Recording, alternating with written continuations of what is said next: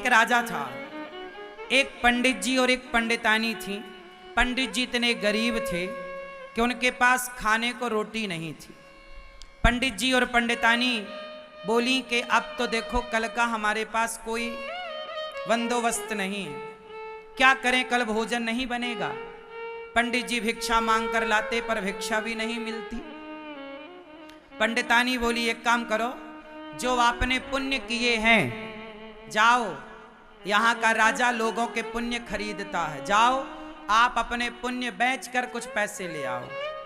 पंडित जी चले कि राजा को पुण्य बेच देंगे।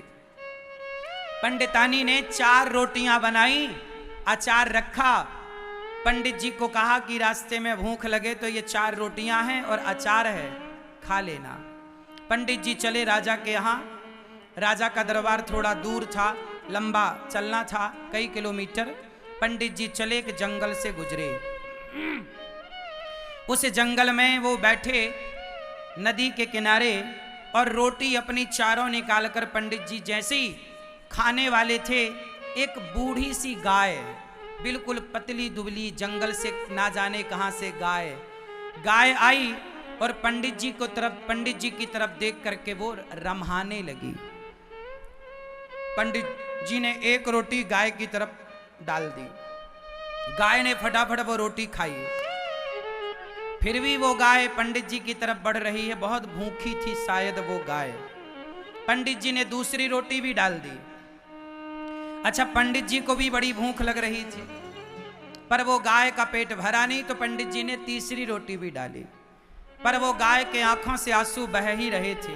पंडित जी को लगा शायद ये बहुत भूखी है, तो पंडित जी ने चौथी रोटी भी उसे डाल दी और पास में थोड़ा हरी घास थी, तोड़कर लाए और गाय को डाले। गाय खाई, पानी पी करके चली गई। पंडित जी के पास रोटियां बची नहीं, अचार बचा, तो अचार कोई चूस लिया और थोड़ा नदी का पानी पिया पंडित जी ने और राजा के दरबार पे गए। राजा से कहा महाराज मैं पुण्य बेचने आया हूं, मैंने जो पुण्य किए हैं उसमें से कुछ पुण्य बेचूंगा और मेरी दाल रोटी चलेगी। राजा बोले लाओ आपके पुण्य खरीदता हूं। राजा की पत्नी बड़ी पतिव्रता थी। राजा की पत्नी ने कहा, राजा ने कहा कि बताओ इसका कौन सा पुण्य खरीदें, कौन सा पुण्य उत्तम है। तो पत्नी इतनी पतिव्रता थी कि वो सब जान जाती थी। रानी जान गई। रानी ने कहा महाराज इसने अभी अभी कुछ घंटे पहले गाय को 4 रोटियां खवाई हैं, गाय को 4 रोटी देने का जो पुण्य है वही खरीद लो। राजा बोले मैं आपने 4 रोटियां जो गाय को दान की वो पुण्य देना चाहोगे? ठीक है। एक तराजू बांधी गई, उसके एक पलड़े पर राजा का, वो ब्राह्मण का 4 रोटी दान करने का पुण्य रखा गया और दूसरे पलड़े पर हीरे मोती राजा ने रखा, सोना चांदी राजा ने रखा। राजा ने अपनी संपूर्ण दौलत लटका दी उस पलड़े पर 4 रोटी दान करने का जो पुण्य था उस पुण्य का पार राजा की सारी दौलत ना पा सके। जब ब्राह्मण ने देखा तो ब्राह्मण ने कहा कि भाई राजा की दौलत कम पड़ गई मेरे पुण्य के आगे। ब्राह्मण बोले अच्छा अब मैं कोई पुण्य नहीं बेच रहा हूं, लाओ मेरे।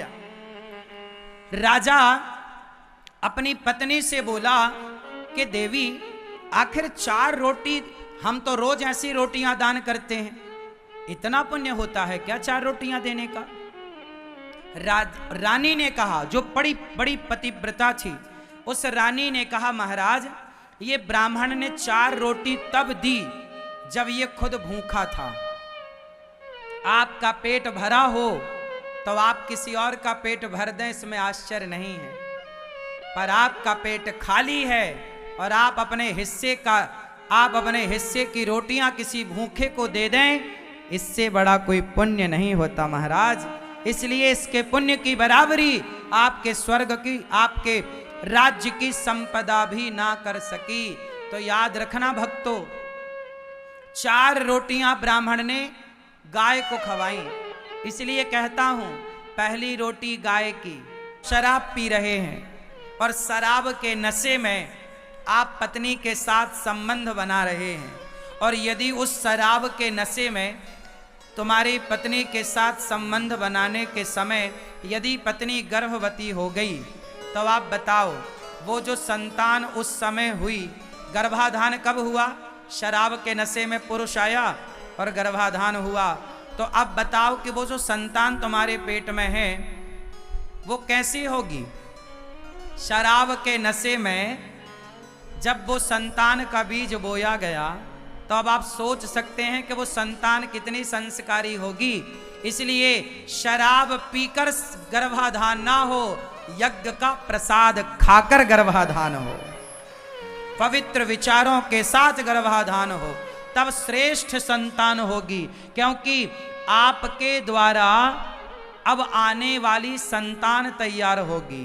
तो आप माँ बाप जिस विचारधारा के होंगे उसी विचारधारा की तो संतान होगी। जितनी शुद्धि पवित्रता आपके विचारों की होगी उतनी पवित्र विचारधारा वाला तो बेटा होगा। अब शराब के नशे में तुमने गर्भाधान किया तो तुम्हारी संतान कभी राम नहीं हो सकती, होगी तो रावण ही होगी। तुम्हारी संतान नालायक हो जाएगी। इसलिए आजकल की औलाद ऐसी है जो अपने माँ बाप को 2 रोटी तक नहीं दे रही है। कहां दे रही है रोटी? कहां कर रही है सम्मान अपने माँ बाप का?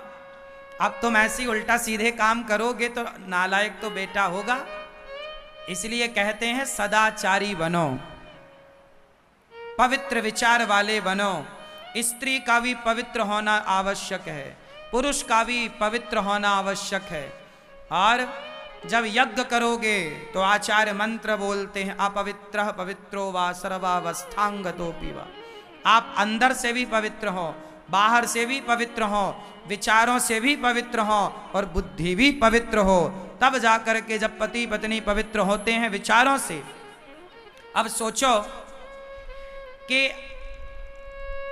आप स्त्री हो, आपका विवाह हुआ, पर आपका मन दूसरे पुरुष के साथ लगा है और दूसरे पुरुष का आप चिंतन कर रहे हैं और दूसरे स्त्री का चिंतन कर रहे हैं। उस समय आप गर्भवती हो गई तो क्या होगा? अरे भाई, माँ बाप के विचारों का प्रभाव बच्चों में पड़ता है। कई बीमारियां ऐसी हैं जो माँ बाप को होती हैं तो बच्चों को होती हैं। यदि बीमारी माँ बाप से बच्चों तक जा सकती है तो फिर विचार बच्चों तक क्यों नहीं जाएंगे? आपके संस्कार बच्चों तक क्यों नहीं जाएंगे? जाएंगे। आप लोग ये बात समझते नहीं हैं। आजकल शादी का मतलब केवल भोग विलास है, इससे ज्यादा कुछ नहीं है। विवाह करके लड़के लड़कियां क्या क्या उल्टे सीधे काम आप करते हैं, इसलिए संतान आपकी बिगड़ती है। श्रेष्ठ संतान चाहिए, विवेकानंद जैसा, महाराणा प्रताप जैसा और झांसी की रानी जैसी बेटी चाहिए, तो आपको सदाचारी बनना पड़ेगा। क्योंकि सदाचारी माँ बाप की संतान ही विवेकानंद हो सकती है, सदाचारी माँ बाप की संतान ही झांसी की रानी हो सकती है, सदाचारी माँ बाप की संतान ही पृथ्वीराज और शिवाजी हो सकते हैं। दुराचारी माँ बाप की संतान से सदाचारी संतान ना होगी। दुराचारी माँ बाप से सदाचारी संतान की कामना करना भी सही नहीं। पुत्र हो जाए बड़ी बात नहीं है, लायक पुत्र हो जाए ये बहुत बड़ी बात है। और लायक पुत्र कब होगा? जब यज्ञ होगा। क्या होगा? पहले के लोग बच्चा पैदा करने के पहले क्या करते थे? बोलो। बच्चा पैदा करने के पहले क्या करते थे? यज्ञ करते थे। पहले के लोग, दशरथ जी ने यज्ञ किया। जब यज्ञ होगा तो यज्ञ का प्रसाद खाया माता कौशल्या ने, खीर। और जब यज्ञ का प्रसाद खाया तो यज्ञ भगवान की कृपा से भगवान का जन्म हुआ, प्राकट्य हुआ। राम लक्ष्मण भरत शत्रुघ्न प्रकट भये। किसके प्रभाव से? जोर से, जोर से, यज्ञ के प्रभाव से। इसलिए मैं आपसे कहूं कि आप भी विवाह करो और विवाह करने के बाद थोड़ा भगवान में मन लगाओ। भगवान में मन लगाकर प्रभु का आशीर्वाद लेकर फिर अपनी गृहस्थ जिंदगी को, गृहस्थ आश्रम को प्रारंभ करो। आजकल क्या होता है, लड़का लड़की शादी करते हैं और सीधा हनीमून मनाने फुर्र, है ना, शादी हो गई बस। शादी आजकल लोग करते क्यों हैं? पहले के लोग विवाह क्यों करते थे और आज के लोग विवाह क्यों करते हैं? आपको पता है, दोनों विचारधारा अलग अलग हो गई है। पहले के लोग विवाह करते थे कि हमारी श्रेष्ठ संतान होगी, अच्छी संतान हो। पहले के लोग विवाह करते थे, इसलिए चलो आपसे मैं एक छोटा सवाल पूछ ही लूं, आप में से कितने लोगों ने विवाह किया है? जिनका हो गया वो हाथ उठाएं। क्यों? ओ पंचायती भैया, ब्याह हो गया आप लोगों का? ब्याह क्यों किया आप लोगों ने? हाँ, पता नहीं है, बस हो गया। विवाह क्यों किया जाता है? विवाह का उद्देश्य क्या है? तो सुनो, हमारा जो भारत है, हमारी जो सनातन संस्कृति है, हमारे हिंदू संस्कृति में, हमारी सनातन संस्कृति में विवाह इसलिए किया जाता है क्योंकि बिना विवाह के आप लोग यज्ञ करने के अधिकारी नहीं होते। विवाह के बाद ही आपको शास्त्र यज्ञ करने का अधिकार देते हैं। बिना विवाह के आप यज्ञ में नहीं बैठ सकते, आहुतियां नहीं डाल सकते, या विवाह के बाद ही आप यज्ञ के यजमान बन सकते हैं, यज्ञ के अधिकारी बनते हैं। तो हमारा विवाह इसलिए होता है कि हम यज्ञ करके, पत्नी के साथ यज्ञ करके और ईश्वर की आराधना कर सकें, यज्ञ के द्वारा ईश्वर को प्रसन्न कर सकें।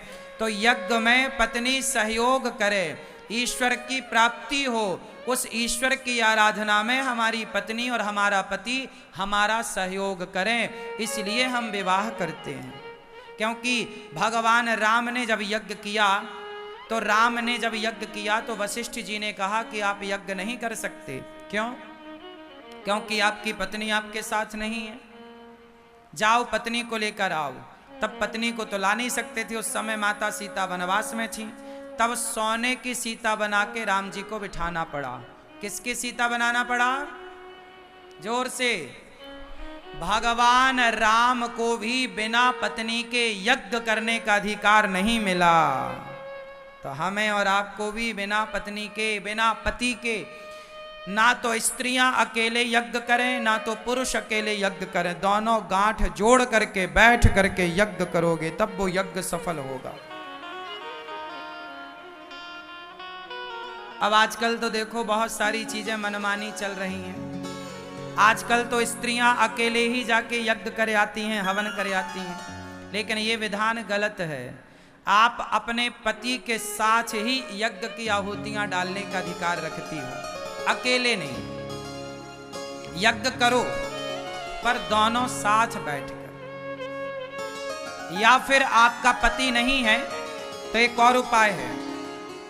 जैसे आपका पति किसी काम से चला जा रहा है और आपको यज्ञ में बैठना है, और पति है नहीं, चूंकि उसे जाना पड़ रहा है, इमरजेंसी है, और यज्ञ भी घर में है। सत्यनारायण भगवान की घर में कथा है, और सत्यनारायण भगवान की कथा में एक छोटा सा यज्ञ तो होता ही है, हवन तो होता ही है। अब पति है नहीं तो क्या करो? तो फिर एक काम करो, जो आपका दुपट्टा है और जो पति का दुपट्टा है, जिसे गठजोड़ बोलते हैं, गठजोड़ होता है ना पति पत्नी का, तो आप एक काम कर सकते हैं कि पति नहीं है तो पति की जगह वो पति का गठजोड़ा आप अपने बगल में रख करके, और पति ना हो, जैसे शुरू करा के पति चला गया या किसी इमरजेंसी में जाना पड़ रहा है, तो आप पति का जो गठजोड़ा है, जिसमें सुपारी बांधी जाती है, हल्दी की गांठ बांधी जाती है, और पति पत्नी का गठजोड़ा होता है ना, हाँ या ना, जोर से, तो वो जो बंधा हुआ है वो रख के आप फिर कर सकते हैं। फिर पति आए तो बाद में वो भी सम्मिलित हो जाए, जब तक नहीं है तब तक आप कर सकते हैं। तो पति का होना आवश्यक है, पत्नी का होना आवश्यक है यज्ञ के लिए। तो हम सनातनी जो हैं वो पत्नी को यज्ञ का सामान समझते हैं, भोगों की वस्तु नहीं समझते स्त्रियों को। देखिए हमारे समाज में, हमारे हिंदू धर्म में नारी का कितना बड़ा सम्मान है कि हमारे यहाँ नारी के बिना यज्ञ नहीं होता। नारी के बिना मतलब हमारे यहाँ स्त्री यज्ञ का सामान है, यज्ञ की वस्तु है, ना कि भोगों की। हिंदुओं के सिवा, सनातनियों के सिवा किसी भी मजहब पंथ में जाकर देखो तो स्त्री को केवल भोग का सामान माना जाता है। एक सनातन धर्म है जहाँ स्त्री को यज्ञ की वस्तु मानी जाती है, ये यज्ञ की वस्तु है। इसलिए हमें विवाह करना चाहिए और विवाह करके यज्ञ करना चाहिए, और यज्ञ के बाद ही फिर संतान की ओर, संतान उत्पन्न करने की ओर मन लगाना चाहिए। यज्ञ के बाद जब संतान होगी तो श्रेष्ठ संतान होगी, संयमी होकर के संतान प्राप्त की जाए। भोगी विलासी, अब सोचो कि आप शराब पी रहे हैं और शराब के नशे में आप पत्नी के साथ संबंध बना रहे हैं, और यदि उस शराब के नशे में तुम्हारी पत्नी के साथ संबंध बनाने के समय यदि पत्नी गर्भवती हो गई, तो आप बताओ वो जो संतान उस समय हुई, गर्भाधान कब हुआ? शराब के नशे में पुरुष आया और गर्भाधान हुआ। तो अब बताओ कि वो जो संतान तुम्हारे पेट में है वो कैसी होगी? शराब के नशे में जब वो संतान का बीज बोया गया तो अब आप सोच सकते हैं कि वो संतान कितनी संस्कारी होगी। इसलिए शराब पीकर गर्भाधान ना हो, यज्ञ का प्रसाद खाकर गर्भाधान हो, पवित्र विचारों के साथ गर्भाधान हो, तब श्रेष्ठ संतान होगी। क्योंकि आपके द्वारा अब आने वाली संतान तैयार होगी।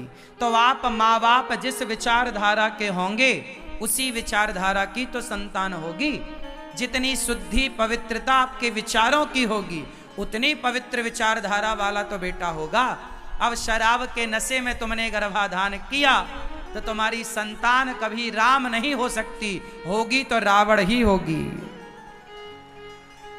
तुम्हारी संतान नालायक हो जाएगी। इसलिए आजकल की औलाद ऐसी है जो अपने माँ बाप को 2 रोटी तक नहीं दे रही है। कहां दे रही है रोटी? कहां कर रही है सम्मान अपने माँ बाप का? अब तुम ऐसी उल्टा सीधे काम करोगे तो नालायक तो बेटा होगा। इसलिए कहते हैं सदाचारी बनो, पवित्र विचार वाले बनो।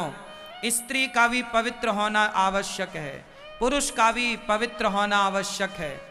और जब यज्ञ करोगे तो आचार्य मंत्र बोलते हैं अपवित्रः पवित्रो वा सर्वावस्थांगतोऽपि वा। आप अंदर से भी पवित्र हो, बाहर से भी पवित्र हो, विचारों से भी पवित्र हो और बुद्धि भी पवित्र हो, तब जाकर के जब पति पत्नी पवित्र होते हैं विचारों से। अब सोचो कि आप स्त्री हो, आपका विवाह हुआ पर आपका मन दूसरे पुरुष के साथ लगा है और दूसरे पुरुष का आप चिंतन कर रहे हैं और दूसरे स्त्री का चिंतन कर रहे हैं। उस समय आप गर्भवती हो गई तो क्या होगा? अरे भाई, माँ बाप के विचारों का प्रभाव बच्चों में पड़ता है। कई बीमारियां ऐसी हैं जो माँ बाप को होती हैं तो बच्चों को होती हैं। यदि बीमारी माँ बाप से बच्चों तक जा सकती है तो फिर विचार बच्चों तक क्यों नहीं जाएंगे? आपके संस्कार बच्चों तक क्यों नहीं जाएंगे? जाएंगे। आप लोग ये बात समझते नहीं हैं। आजकल शादी का मतलब केवल भोग विलास है, इससे ज्यादा कुछ नहीं है। विवाह करके लड़के लड़कियां क्या क्या उल्टे सीधे काम आप करते हैं, इसलिए संतान आपकी बिगड़ती है। श्रेष्ठ संतान चाहिए, विवेकानंद जैसा, महाराणा प्रताप जैसा और झांसी की रानी जैसी बेटी चाहिए तो आपको सदाचारी बनना पड़ेगा।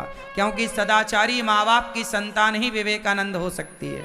सदाचारी माँ बाप की संतान ही झांसी की रानी हो सकती है, सदाचारी माँ बाप की संतान ही पृथ्वीराज और शिवाजी हो सकते हैं। दुराचारी माँ बाप की संतान से सदाचारी संतान ना होगी।